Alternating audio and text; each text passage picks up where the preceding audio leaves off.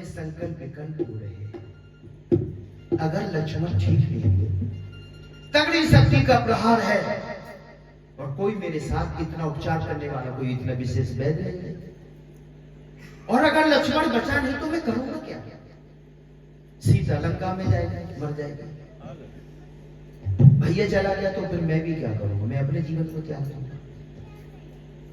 और अगर नहीं त्यागा तो मैं अयोध्या किस मुंह से जाऊंगा, क्या लेकर जाऊंगा? क्योंकि जब मैं अवध से चल रहा था तो मां ने कहा था 3 जा रहे हो कि हाँ, पर इतना ध्यान रखना ये गिनती बिगड़नी नहीं चाहिए, लौट कर आओ तो 3 ही आना।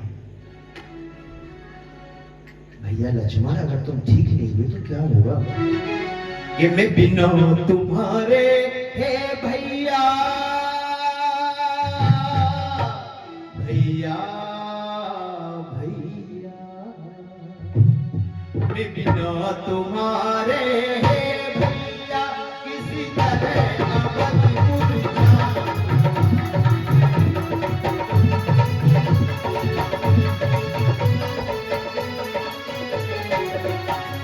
बिना तुम्हारे हे भैया किसी तरह अवधपुर जाऊंगा। मां पूछेगी ये लगन कहाँ, मां पूछेगी ये लगन कहाँ, तो क्या कह के समझाऊंगा। मां पूछेगी ये लगन कहाँ, तो क्या कह कर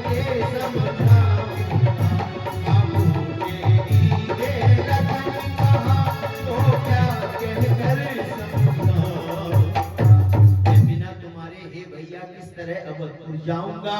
मां पूछेगी कि लखन कहाँ। जिद करने लगा और कहने लगा भैया राम के बिना जीवित नहीं रह सकता, मैं मर जाऊंगा, मुझे नींद नहीं आएगी, मैं तो भैया के साथ रहना चाहता हूँ, हर समय चढ़ों पर दांसता। और कहा मुझे आज्ञा दे दो मां मुझे बन जाने के लिए। और उर्मिला से भी आज्ञा ली तो उर्मिला ने भी विदाई दे दी थी। तू मेरे साथ सजग पहरी बनकर, ऐसा सेवक दुनिया में किसको मिलेगा? आज लक्ष्मण जैसे भाई की घरों में जरूरत है। अगर कुछ हो गया तो मैं फिर अवध नहीं रहूं। मां पूछेगी बड़ा अरमान लेकर, बड़ा खुशी उत्साहित होकर, राम तुम्हारे साथ लक्ष्मण गए थे, कहां छोड़कर आए हो? उन्हें कहां मिटा कर आए हो, कहां खपा कर आए हो? मैं निरुत्तर होऊंगा, मेरे पास कोई जवाब नहीं होगा। नहीं, मैं अवध को नहीं जाऊंगा। ये कहते कहते मन में जो विचारधारा चल रही थी, चिंतन चल रहा था, श्री राम की आंखों से अवरण अश्रुधारा बहने लगी और श्री राम रोने लगे। विभीषण पास में बैठे थे। विभीषण ने देखा श्री राम बहुत दुखी है, इससे ज्यादा तो क्या हुआ? भाई बिल्कुल मृत्यु के कगार पर है, ये तो हो नहीं सकता। सीता लंका में मर जाएगी, लक्ष्मण चला गया तो मैं भी जिंदा होकर क्या करूंगा? मेरे साथ के लोगों, अगर लक्ष्मण नहीं बचे तो मैं भी अपने प्राणों को त्यागूंगा और हम दोनों भाइयों की चिता एक साथ जलाएंगे। विभीषण ने कहा नहीं, प्रयत्न करना है, भैया जरूर ठीक होंगे। कैसे होंगे? ये वैद्य है, कहाँ है? लंका में है, सुसैन लंका में। इसमें कौन लाएगा? वहां देखो हनुमान जी बैठे। एक बार बोलो हनुमान महाराज जी की। पवन पुत्र हनुमान जी बजरंग बली, उनके नाम से लेने से शरीर में शक्ति ऊर्जा आती व्यक्ति में, इतना उनके नाम में जादू है हनुमान जी के। हनुमान जी खड़े हुए बोले आप मुझे पता थोड़ा बताइए, और ये गया वो आया। हनुमान जी ने पता पूछ लिया, जानकारी विभीषण ने सब दे दी। वहां उसकी औषधालय है, वहां मिलेगा।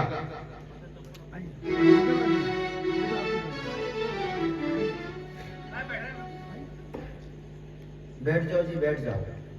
अगर आप ज्यादा खड़े रहेंगे तो कथा बिगड़ जाएगी। जो भी महानुभाव आए शांति से चुपचाप बैठ जाओ।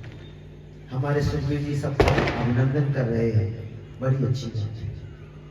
और कथा में वही आता है जिसमें भगवान की कृपा है, वरना तो घरों में बैठे होंगे, चौराहे पे खड़े होंगे, है ना? कथाएं विधाएं दूर करती। तो मैं जो बात कह रहा था, विभीषण ने पता दिया, हनुमान जी गए और वैद्य जी को उठा ला।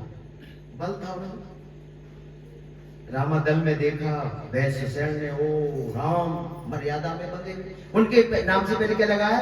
पुरुषों में उत्तम, पुरुषोत्तम मर्यादा में बंधा जिसका जीवन मर्यादित है। श्री राम के नाम के पहले मर्यादा पुरुषोत्तम राम लिखा जाता है। बोलो मर्यादा पुरुषोत्तम रामचंद्र महाराज की। और जिनके पवित्र चरित्र का चित्र किया मेरे महर्षि दयानंद, एक बार बोलो जगत गुरु महर्षि दयानंद महाराज की। विभीषण ने कहा 4 चीजों की पहचान तो आपत्ति में होती है, धीरज धर्म मित्र नारी। ये धीरज धर्म मित्र और नारी,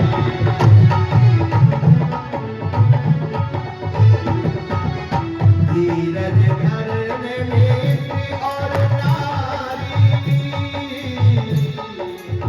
धीरज धर्म मित्र और नारी, आपत्ति काल पर कियो जाए, धीरज धर्म मित्र और नारी,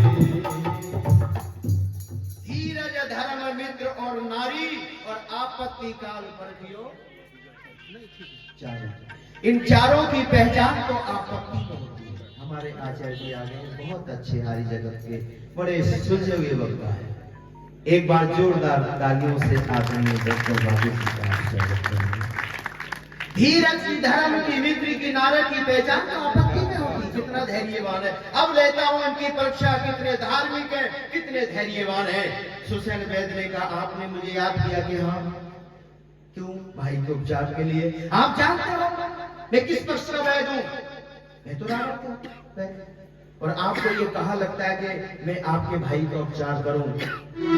मैं वैद्य दशानंद के घर का किसी तरह तुम्हारा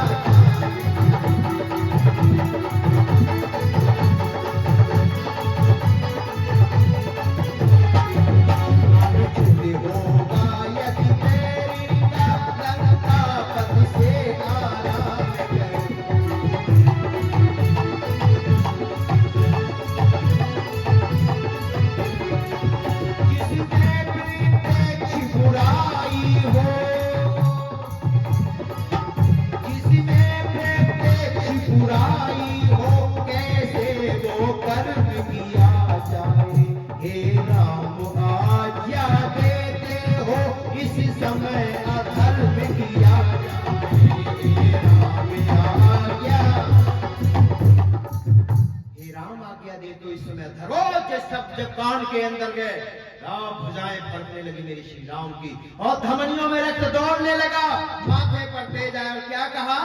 मैं अधर्म का काम तो सपने में भी करा नहीं सकता। वैजी गलती होगी, विभीषण ने प्रस्ताव दिया, मैंने मान लिया। सुनो, जिस धर्म हेतु निज राज गया, राज गया, राज गया। कहा ऐ राम का नाम लेने वालों, जरा अपने अंतःकरण में झांक कर देखो तुम कितना राम को मानते हो। राम इससे ज्यादा क्या कष्ट होगा भाई, मृत्यु बिल्कुल नजदीक खड़ा है। लेकिन श्री राम धार्मिक है, मर्यादित है, उल्लंघन नहीं कर सकते। और एक बात कही बैजी, क्षमा चाहता हूं, पर जाते जाते 2 बातें मेरी सुनते जाइए। जिस धर्म में हेतु निज राज गया, श्री पितृ देव का मरण,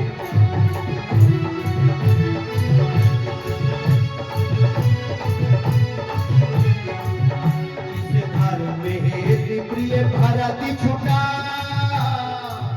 जिस धर्म में हेतु प्रिय भरत छुटा, सीता प्यारी का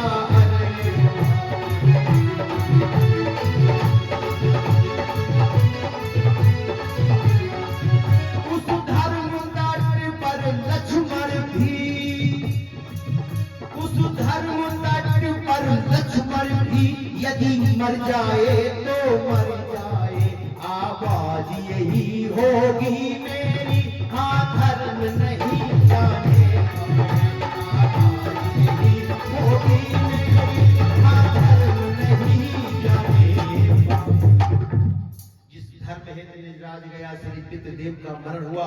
जिस धर्म हेतु प्रिय भरत छूटा, सीता प्यारी का हरण हुआ, उस धर्म तट पर लक्ष्मण भी यदि मर जाए तो मर जाए, आवाज यही होगी मेरी यहाँ धर्म नहीं।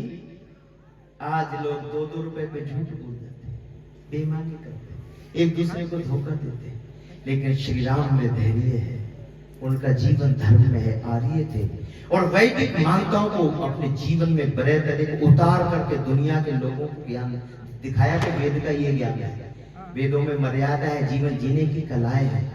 श्री कृष्ण ने लेखनी दी, बहुत 2 ही तो महापुरुष हमारे इस भारत में है जो संस्कृति का आधार स्तंभ है।